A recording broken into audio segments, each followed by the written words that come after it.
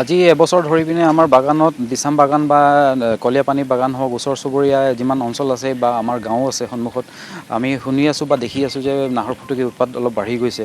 আৰু যিকোনো মুহূৰ্তত তাৰমানে তেওঁলোকে আমাৰ প্লাকিং ছেকশ্যনত যেতিয়া বাগানত যায়, তেওঁলোকে হঠাৎ তাৰমানে জাপ দি দিয়ে।